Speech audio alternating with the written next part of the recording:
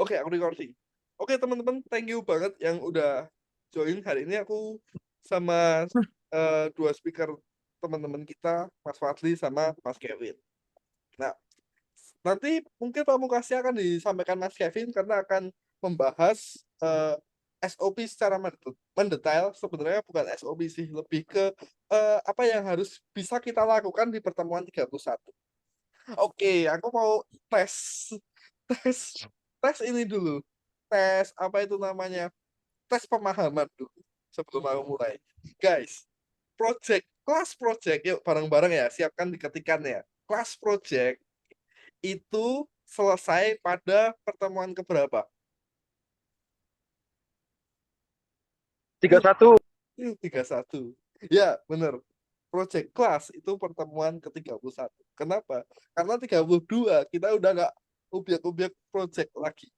Pertemuan ke-31 itu ini apa itu namanya? Kita selesaikan project pertemuan ke-32. Nah, nanti akan dijelaskan. Oke, teman-teman. Thank you banget jawabannya. Nah, oke. Aku sebelumnya dari 1 tahun di sini, aku sangat bersyukur ya, tutor tutor departemen ini, algoritmik ini menjadi berkembang. Bahkan ketika aku masuk di bulan Desember Januari itu, awalnya kita itu cuma 12 orang dan aku apal banget orangnya. Mas Ahdan, Mas Ahmad, Mas Fadli, terus habis itu Kak Siva, Mas Kevin tuh juga masuk Januari, terus dan 6 orang lain, Kak Monica, Kak Winda, dan beberapa orang lain yang belum aku sebut. Itu. Sampai kita mempunyai 200 tutor dan 160 tutor yang udah punya kelas dan algoritmik sampai sebesar ini. Sustain dan sustain dari startup ini dan sampai sekarang sustain dan pasti bisa sustain terus dong harapan kita.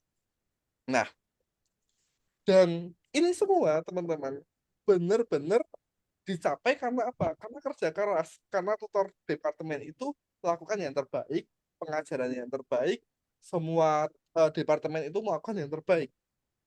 Nah, kenapa aku buka pakai narasi ini? Ya, karena kita akan mengarahkan ke eh, sesuatu hal yang benar-benar harus kita godok, benar-benar harus kita kerjakan bareng-bareng. Jadi, teman-teman, sebenarnya ini bukan hal baru ya. Soal project class, soal graduation, soal apa itu namanya project class dan graduation. Ini sebenarnya bukan hal yang baru. Karena dari dulu ketika graduation procedure itu ada, yang checklist kalian centang-centang itu loh. Yang oh pertemuan 28 ini kayak gini, 29 kayak gini, 31 sebenarnya menyebalkan tapi itu di track aja.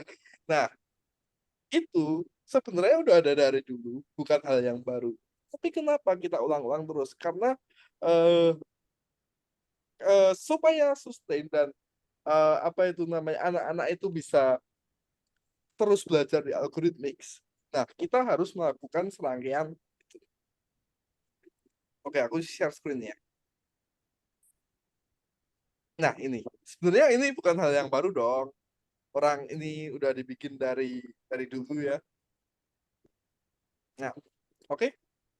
Jadi, kenapa aku bahas ini dan selalu bahas lagi-lagi dan lagi? Jadi, teman-teman, kita benar-benar sungguh mau godok dan kerjain ini. Kita sungguh-sungguh mau melaporkan ini. Jadi ini bukan hanya template yang atau sesuatu yang akan dicentang semata-mata. Ini tuh benar-benar kita lakukan step by stepnya. Toh kalau mungkin ini mungkin dari kalian ada yang kasih feedback, ini nggak ada fungsinya atau misalnya di bagian-bagian tertentu ini mending dihilangkan. That's okay, bilang aja. Itu mungkin aku akan research lagi. Dan ini benar-benar pakai research ya. Jadi pertemuan ke-31 proyeknya harus selesai. Dan selain itu teman-teman, untuk memudahkan lagi, ini kan sebenarnya kan udah di remind ISM ya sebenarnya. Bener kan? Udah di remind ISM dan Buffett kalian kan? Oke ya, pasti kalian udah dapat reminders. Nah, yep, oke, aku kalau takut digigit garang bisa curhat ke Hafid, rahasia terjamin. Nah, bener. Kalau kalian misalnya sungkan buat bilang ke aku, bilang aja ke Hafid aja nggak apa-apa. Nanti minta di anon gitu, nggak apa-apa. Nah, eh, teman-teman, lanjut. Aku akan kenalin dashboard baru. Dashboard baru ini nggak akan nambahkan apapun. Nggak mungkin apa sih project dashboard ini. Ini tidak tidak menambahkan kerjanya tutor karena ini malah akan membantu. Kenapa? Karena nanti di pertemuan ke ini teman-teman, di pertemuan ke coding night, pertemuan ke 9 31 visual programming, first project, semua course, first project dan last project, kalian akan di-remind sama Haflid. Nah, jadi semua departemen di sini ini bersinergi ya teman-teman ya. Dari eh, trial class itu bersinergi bahwa eh, ketika trial dan mereka memutuskan untuk les di algorithmics, hal yang mereka inginkan adalah keluar dari sini atau selesai les, selesai 32 pertemuan, mereka bisa bikin apa. Dan itu sesuatu yang sangat penting. Bukan saja ilmu yang didapatkan, ilmu jelas pasti. Kita akan dapatkan semuanya ilmu. Tapi mereka bisa bikin apa? Nah, itu yang kadang kita susah untuk godok. Nah, makanya itu nanti kalian nggak perlu akses ini karena setiap pertemuan ke 9 atau pertemuan yang ada di sini, nanti kalian akan dapat reminders. Kalian akan dapat chat. Nah, chatnya itu sudah sudah sesuai dengan ini, tidak ada perubahan yang aku lakukan. Sudah sesuai dengan pertemuan ke 31 bahwa proyeknya udah selesai, lalu dikirim ke parents pertemuan ke 32, kita tinggal next level dan menjelaskan apa yang harus dilakukan nanti, jelasnya akan dijelasin sama Mas Kevin. Nah, seperti itu. Jadi, eh, dari trial class, mereka berharap bahwa ketika belajar di sini dapat ilmu dan dapat proyek yang bisa dikerjakan, tutor bersinergi juga sama Haflid buat kasih reminders dan benar-benar ngelakuin ini, project awal project dan akhir project itu benar-benar diperhatikan projectnya, dan parents dapat informasi tentang project yang dikerjakan students, dan awal project dan final project aja. Jadi seperti itu. Itu yang harus diinformasikan ke parents. Jadi harapanku seperti itu sih. Tidak ada merubah dari ini, tidak ada merubah apapun, tetap sesuai apa yang dulu. Bedanya malah kalian nanti akan dapat reminders. Jadi seperti itu. Oke, kayaknya udah aku nyampein itu aja teman-teman. Karena itu update yang cukup signifikan ya dari ini. Ya walaupun nggak ada yang berubah, tapi tolong ini digodok benar-benar, perhatikan benar-benar, dan benar-benar kita kerjakan. Oke, thank you. Setelahnya aku serahin ke speaker selanjutnya, Mas Fadli, habis itu Mas Kevin. Oke, loh langsung off cam loh, dia kabur loh. Spotlightnya di Tidak, kamu, tidak, Mas. tidak. Aku di sini ya. Minum dulu, Bang. Langsung kabur loh. Oke, oke. Terima kasih Mas Galang sebelumnya. Nggak usah lama-lama, aku langsung share screen aja. Kalau tadi Mas Galang lebih ke sistematisnya, gimana tutor yang akan apa ya? Yang akan dibantu. Jadi biasanya tutor-tutor ini kalau ngelihat ada dashboard baru atau ada link sheet baru, panik. Wah, apa nih? Lo gitu. Enggak, tenang. Itu akan fully tanggung jawab publish, yang dimana itu akan digunakan untuk menghubungi kalian. Intinya gitu. TLDR-nya seperti itu.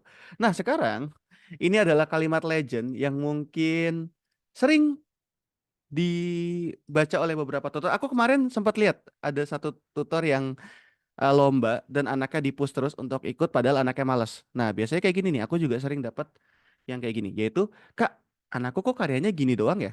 kok bikin ini doang ya? Gitu. Jadi ini lebih ke gimana sih mensinkronkan pengetahuan anak dengan ekspektasi orang tua gitu. Jadi intinya ke sana. Nah, jadi saat project class baik pertama kali entah itu pertemuan 9, pertemuan 5, entah pertemuan 16 atau bahkan pertemuan ke-8 itu biasanya ada aja orang tua yang ngerasa anakku udah belajar nih udah 4 minggu, 6 minggu dan lain sebagainya tapi kok bikinnya gini-gini doang ya? Kok cuman bikin hal ini ya? Padahal perasaan pas trial class itu dibikinnya pertemuan keempat bisa bikin apa? Pertemuan ke-8 bisa bikin apa? Aku ingat, aku nggak, bukan ingat sih. Muridku baru private itu dijanjiin sama orang tuanya. Pertemuan ke-8 itu bisa bikin game kayak Free Fire, coding night. Ya, dia masih pertemuan kedua. Sekarang saya overthinking. 6 minggu lagi caranya gimana ngajarin anak ini bikin Free Fire. Oke, intinya seperti itu. Jadi eh hal ini di latar belakang sebenarnya hal ini cukup wajar. Oke, karena biasanya orang tua itu suka dalam tanda kutip meremehkan apa yang dipelajari oleh anaknya. Orang tua tuh paling benci sama anak yang buka atau melakukan screen time, main HP, buka laptop, atau mentah itu googling, meskipun itu googling pelajaran atau nonton YouTube-nya isinya pelajaran, nggak peduli. Handphone ya handphone gitu. Matanya rusak, salah handphone. Nggak mau makan, salah handphone. Intinya gitu. Jadi, padahal anaknya ini menggunakan les ini untuk hal-hal yang menyenangkan. Kali aku ada kasus di mana anak ini tuh bestie banget sama salah satu anak. Sampai satu anaknya expelled karena nggak perpanjang. Anaknya ini ikut expelled. Nular expelled-nya karena bestinya tidak bisa ikut atau tidak mau ikut lagi. Gitu. Nah, rumusan masalah. Aduh ini kayak skripsi ya jadinya. Oke, lanjut. Rumusan masalah. Ini aku lihat di sini ada dua tipe masalah yang cukup besar. Yaitu masalah A dan masalah B. Jadi masalah pertama ini orang tua punya ekspektasi yang tinggi terhadap anaknya, padahal anaknya kemampuan anaknya belum sesuai apa yang diharapkan. Ini biasanya macam-macam nih. Bisa dari TCM, dari pas TC, karena kan pas TCE itu untuk tambahan teman-teman biasanya tuh TCM itu akan menunjukkan hasil-hasil dari apa yang sudah dibuat oleh teman-teman. Memang sih teman-teman algoritmik, tapi teman-teman algoritmik yang di USA, yang di Rusia, yang di mana, yang di mana penggunaan gadget mereka itu beda level sama Indonesia gitu. Kalau kalian lihat di laboratory itu ada yang bikin Star Wars, ada yang bikin apa. Nah, kadang yang ditunjukin sama sales itu yang itu. Nah, biasanya, waduh, ada admin Zoom. Dan biasanya, dan biasanya mereka itu akan menganggap, oh anakku nanti bisa nih bikin kayak gini. Nah, itu akan jadi masalah tuh ke depannya. Dan masalah yang kedua, anak ini tuh nganggapnya les itu sebagai senang-senang. Ada loh yang kayak gitu. Jadi, oh ya udah aku udah capek ngapa-ngapain. Ini biasanya gambar ya, yang desain. Ya udah aku pengen gambar aja, latihan gambar, belajar gambar gitu. Atau bikin Roblox, game di Roblox. Tapi orang tua itu nggak bisa ngelihat anak tuh ketawa saat belajar. Mereka tuh maunya anaknya duduk anteng serius. Padahal di CK, VP, DL itu tidak bisa serius. Meriang kepala anak kalau serius langsung belajar kayak gitu di awal-awal. Nah, tapi orang tua tuh pengennya anak-anak tuh serius gitu. Nah, ini masalah kedua yang akan berlanjut kepada kamu kok belajar main-main doang sih? Kamu tuh belajar apa enggak sih? Terus nanti pas lihat project pertamanya tidak sesuai ekspektasi, yang ada yang disalahkan adalah tutornya gitu. Nah, terus penyelesaiannya gimana? Kalau yang masalah pertama atau masalah A tadi adalah ini harus dari project pertama. Karena kalau udah project kedua atau ketiga itu sudah terlalu jauh, sudah terlambat. Apalagi project akhir baru ngomong, iya Bu anaknya masih kurang baik nih, masih butuh latihan lebih lanjut. Sudah mau lulus, latihan apa yang mau lebih lanjut, latihan seperti apa gitu. Jadi setelah feedback pertama atau project pertama itu kita harus jalin komunikasi dan kasih tahu orang tuanya kalau kemampuan si anak ini beda atau cukup lebih rendah, bukan jauh lebih rendah gimana ya?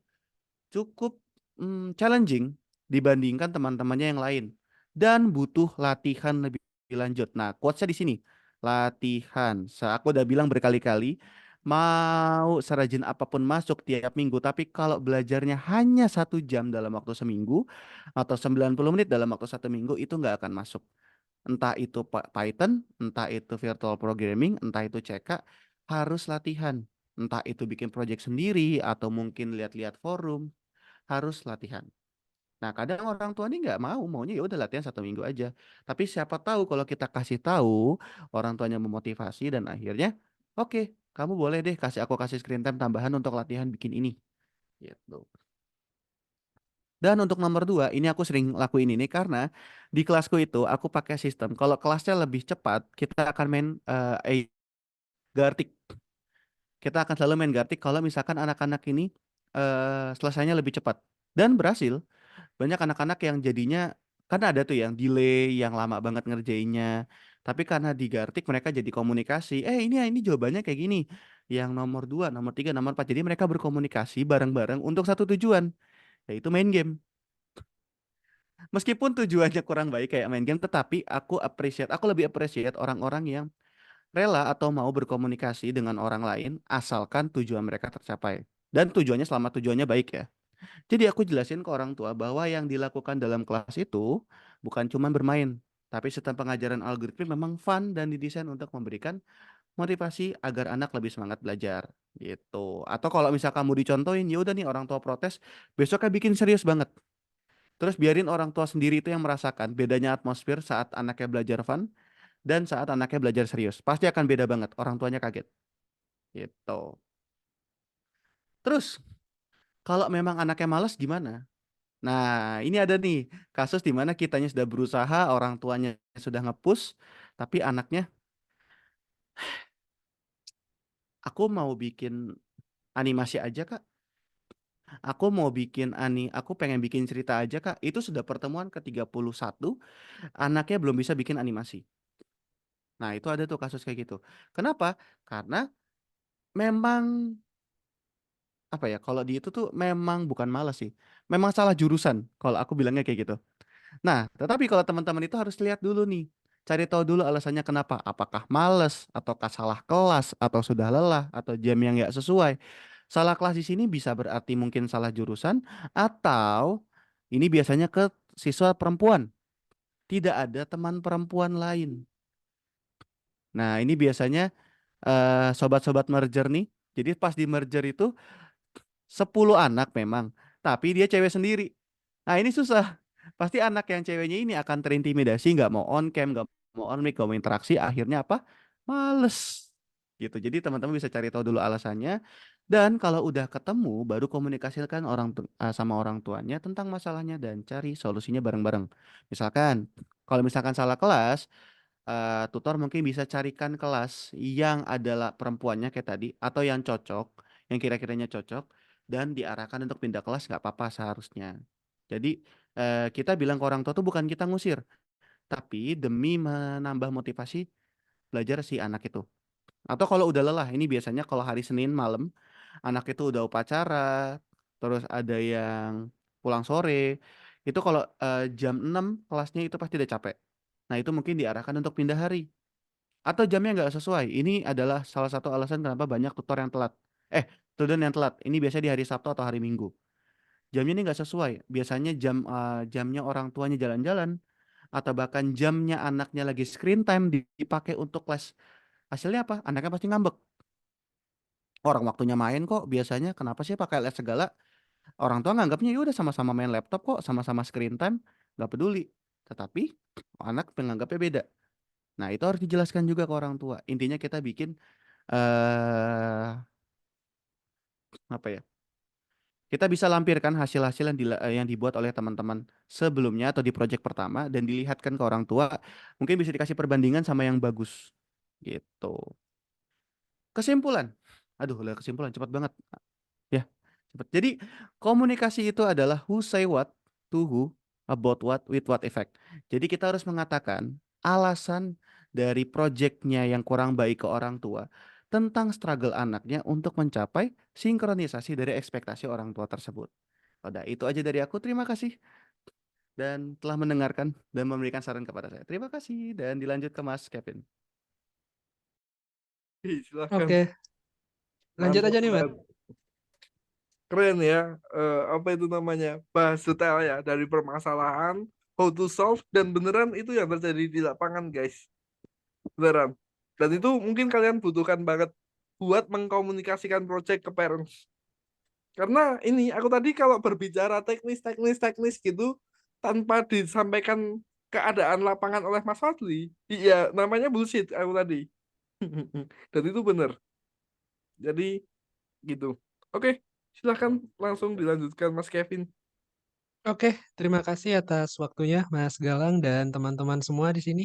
Sebelum aku mulai presentasinya atau pembagian materinya, boleh nggak nih aku cek ombak dulu nih untuk orang-orangnya nih? Boleh, boleh. Nah, mana nih pasukan-pasukan saya nih?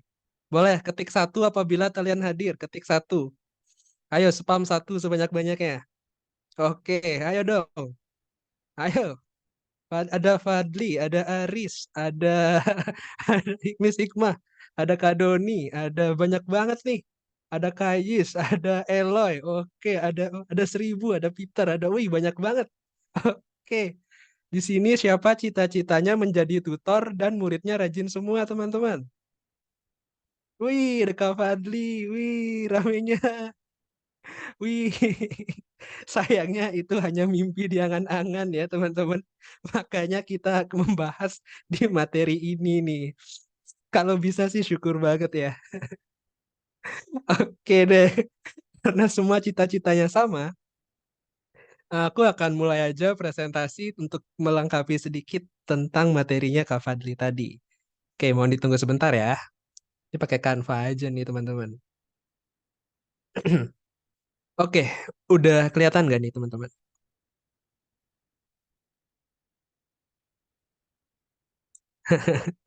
Udah kelihatan gak nih guys? Oh udah. Yang lain udah kelihatan belum? Sudah. Oke. Sip. Oke, kalau gitu aku akan mulai aja untuk menghemat waktu. Nah, di sini kita akan membahas dulu seperti yang tadi dibahas, top tier selling point, yaitu student project. Bagaimana cara kita untuk menyiapkan student project-nya, dan bagaimana cara kita mengkomunikasikan project yang sudah dibuat student kepada parents-parents-nya. Nah, emang kenapa sih seperti itu, Kak? Seperti Kak Fadli tadi kita bahas seperti skripsi ya. Kita bahas latar belakangnya dulu. Nah, jadi ini dilatar belakangi oleh yang dikatakan Kak Fadli tadi. Yang pertama ada beberapa masalah nih, teman-teman. Yang pertama, murid tidak menyelesaikan proyeknya. Kadang-kadang ada beberapa murid mungkin dari beberapa alasan tertentu yang membuat mereka tidak menyelesaikan proyeknya. Entah itu gara-gara males, atau memang nggak ada waktu, atau memang dia karena ada acara tertentu. Sehingga dia tidak bisa ikutin kelas yang lainnya. Terus yang kedua, kadang-kadang murid-muridnya itu tidak tahu harus membuat apa. Jadi kayak nggak ada inspirasi gitu. Terus yang ketiga, seperti yang sudah ditekankan oleh Kak Fadli itu ada ekspektasi orang tua yang tidak sesuai. Nah yang keempat, ini berdasarkan case beneran dari data ya, kadang-kadang beberapa orang tua ada yang tidak tahu bahwa anaknya itu kadang memang udah selesai mengerjakan project. Karena memang minusnya komunikasi gitu. Jadi bahkan orang tuanya nggak tahu nih, ada project ya ternyata gitu. Oke lanjut ya. Ini sedikit reminder untuk teman-teman yang mengadakan project fair, ingat, untuk selalu undang parents untuk menghadiri project fair ataupun kelas graduation.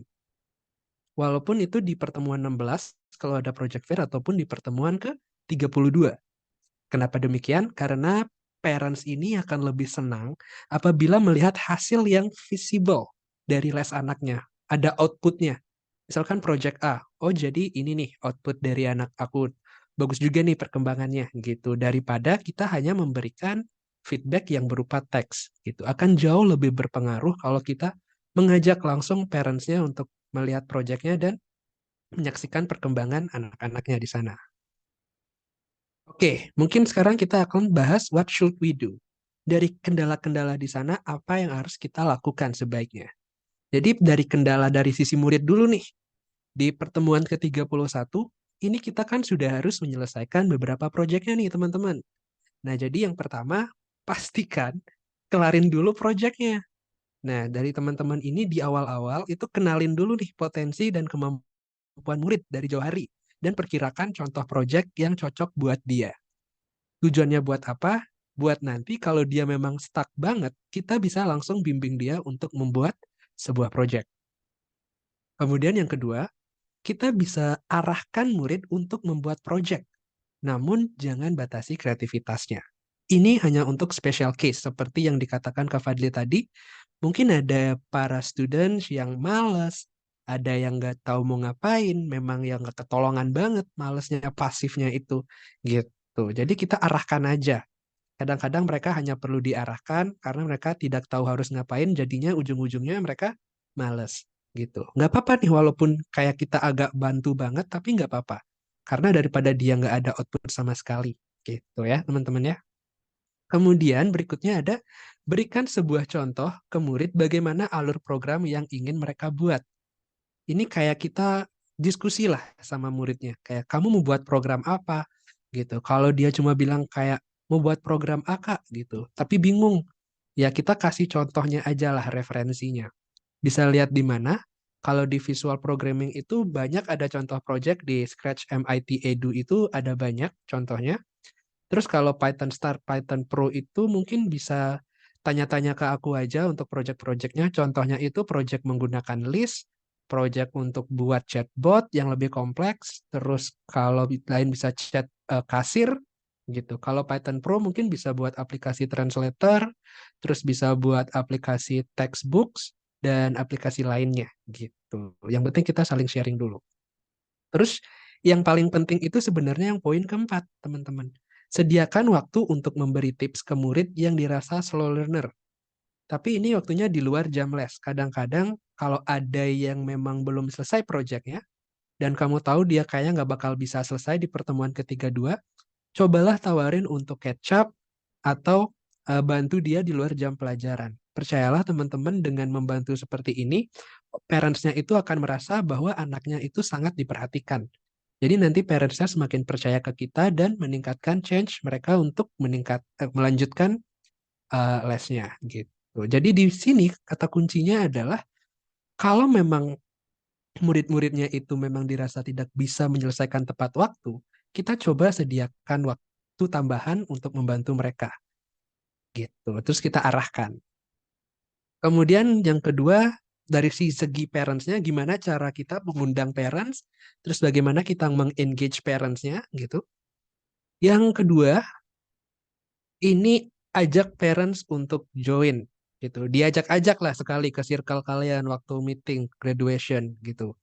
Jadi sampaikan ke parents bahwa para murid akan menampilkan kreasi proyeknya itu dari jauh-jauh hari.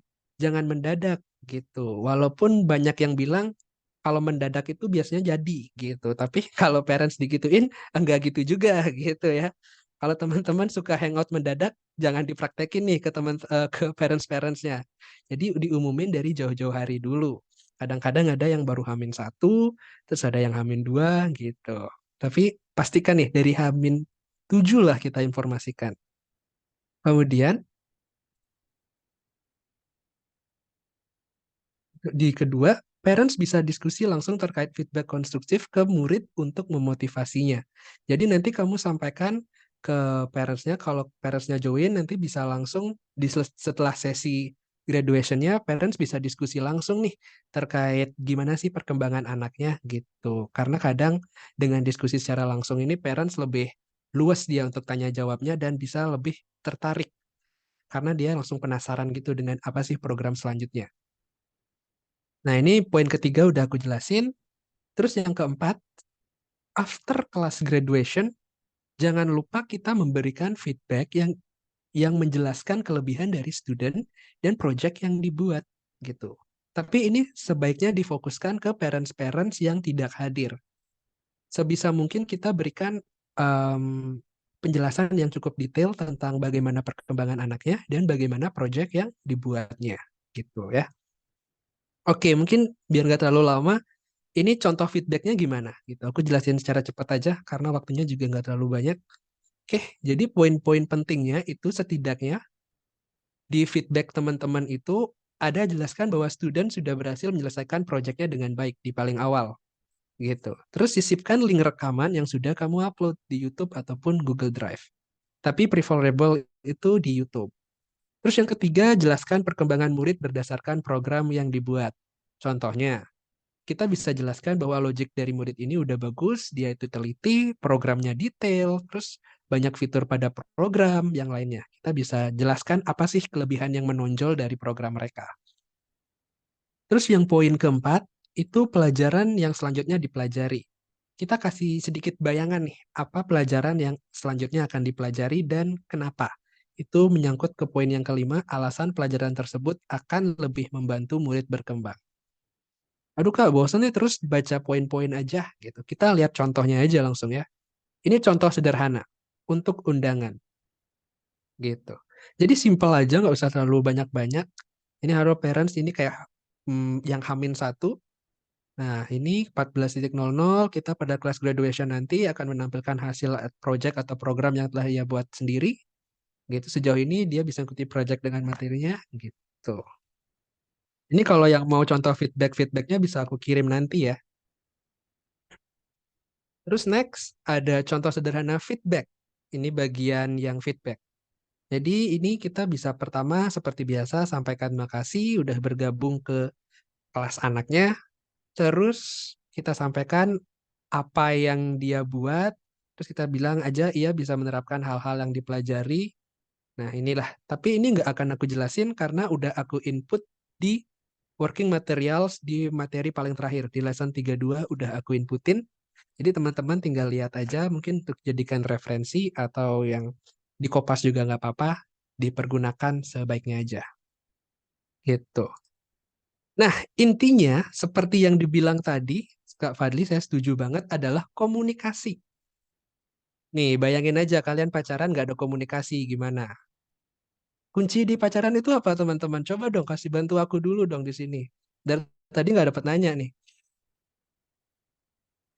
Ayo, ada yang kalian yang lagi makan. Nah, itu kunci.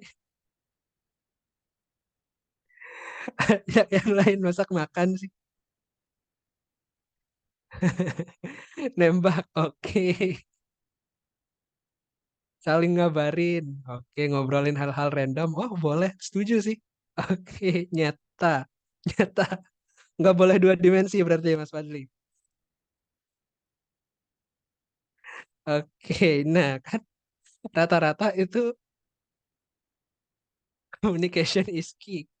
Oke, tahu serah. Oke, oke, oke. Ini kocak-kocak banget ya tutornya. Oke, sesibuk apapun tetap punya waktu ngabarin. Bener. Begitu juga dengan tutor, parents, dan murid. Sesibuk apapun kalian, tetap harus sempat mengabarin parentsnya tentang perkembangan anaknya. Terus mungkin ada kendala anaknya, supaya tidak terjadi apa? Misexpectation dari orang tua ke anaknya, seperti yang dijelaskan Fadli tadi. Jadi kayak ada apa-apa, kita sampaikan ke parents, kita diskusikan, baru udah deh kita bisa lanjut gitu biar parentsnya nggak shock gitu guys. Tapi ini izin aku lanjut ke part selanjutnya dulu. Jadi aku izin bantu sedikit tentang presentasi untuk contoh waktu kelas graduation. Minta waktunya sedikit ya Om Raja Lautan.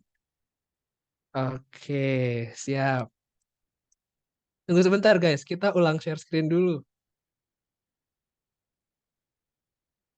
Sleep call. Oh, beda lagi, Pak. Oke, nanti aku bakal share screen ulang lagi.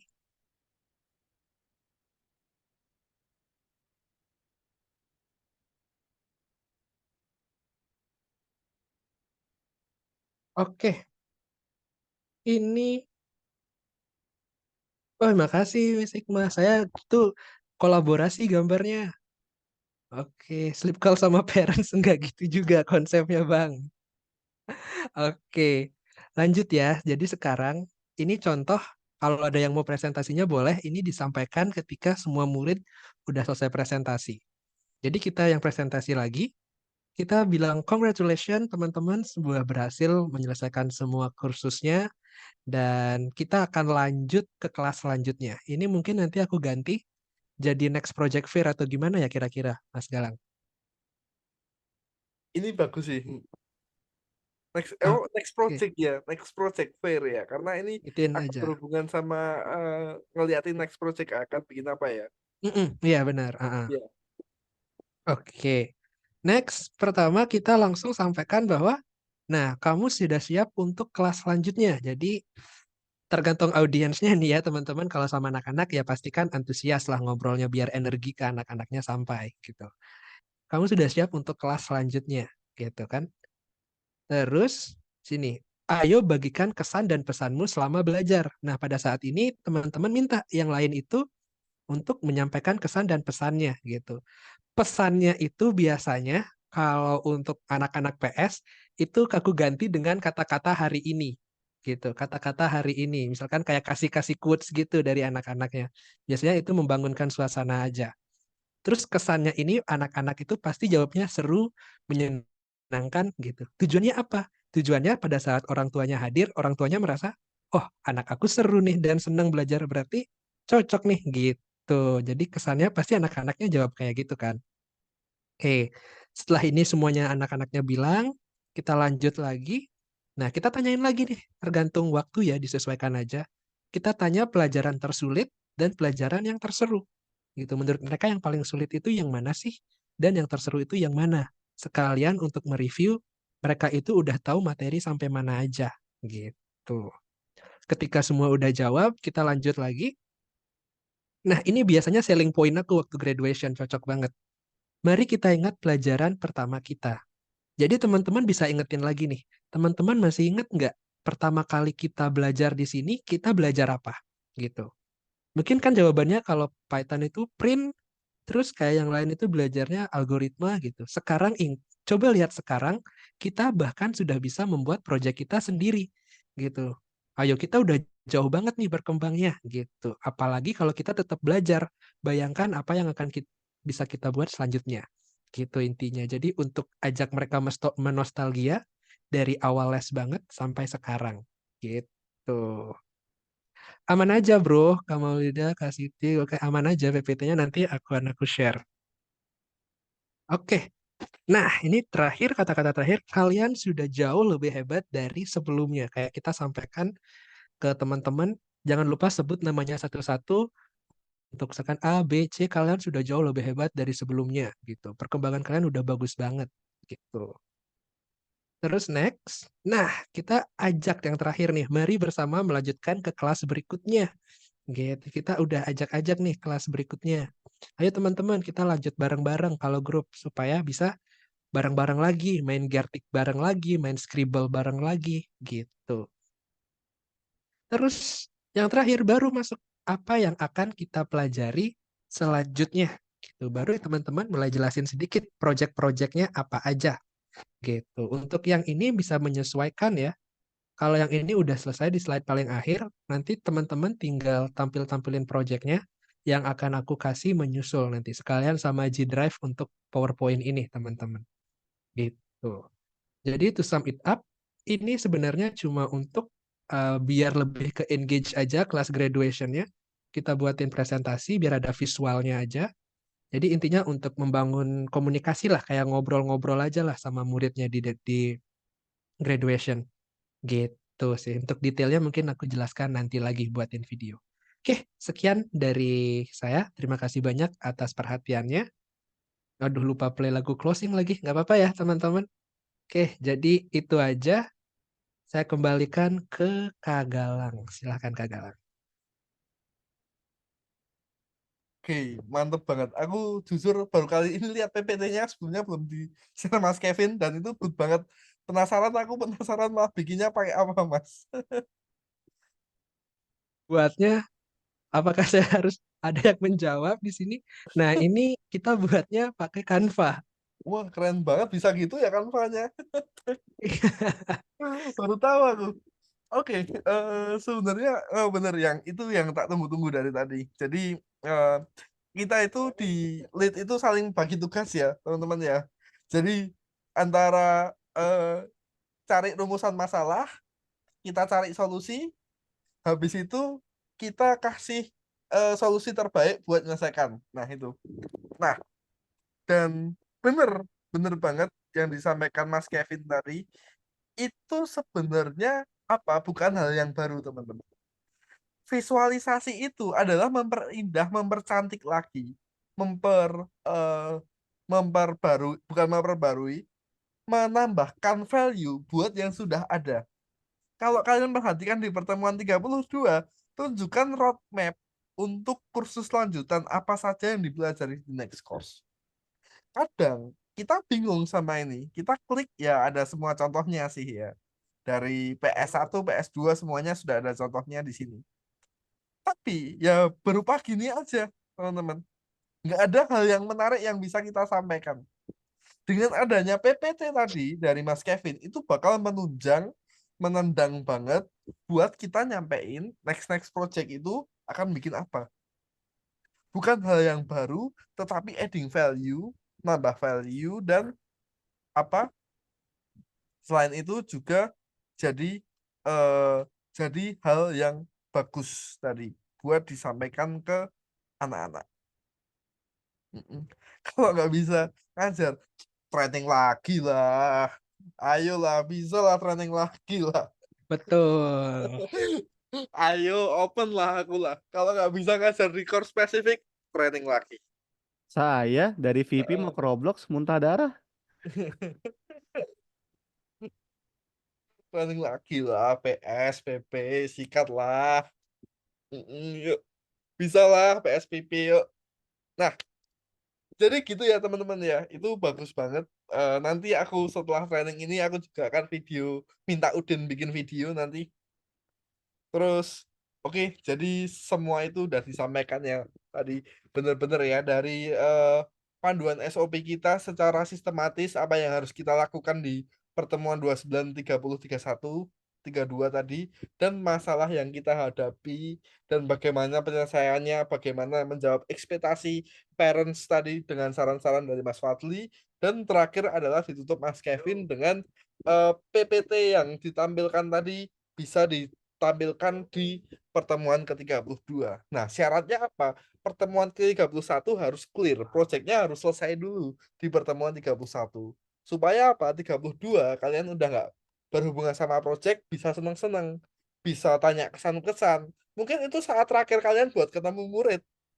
Karena ya muridnya bisa pindah di kelas lain, atau bukan kalian yang ngajar, atau bisa aja ya udah nggak graduation atau maksudnya nggak lanjut ke next level.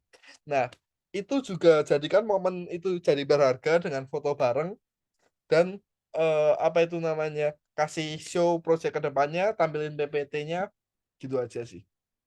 Oke, nanti detailnya aku akan ada video dari Udin sama assessment buat kita semua dan ini training hari ini bagus banget dan benar-benar membantu banget ya. Oke.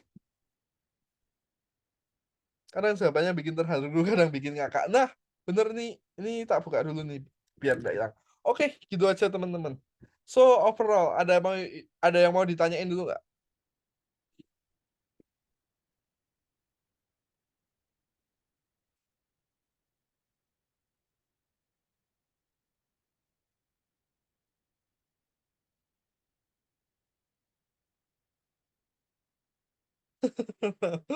Elena baik mau nanya ke Raja Lautan nggak?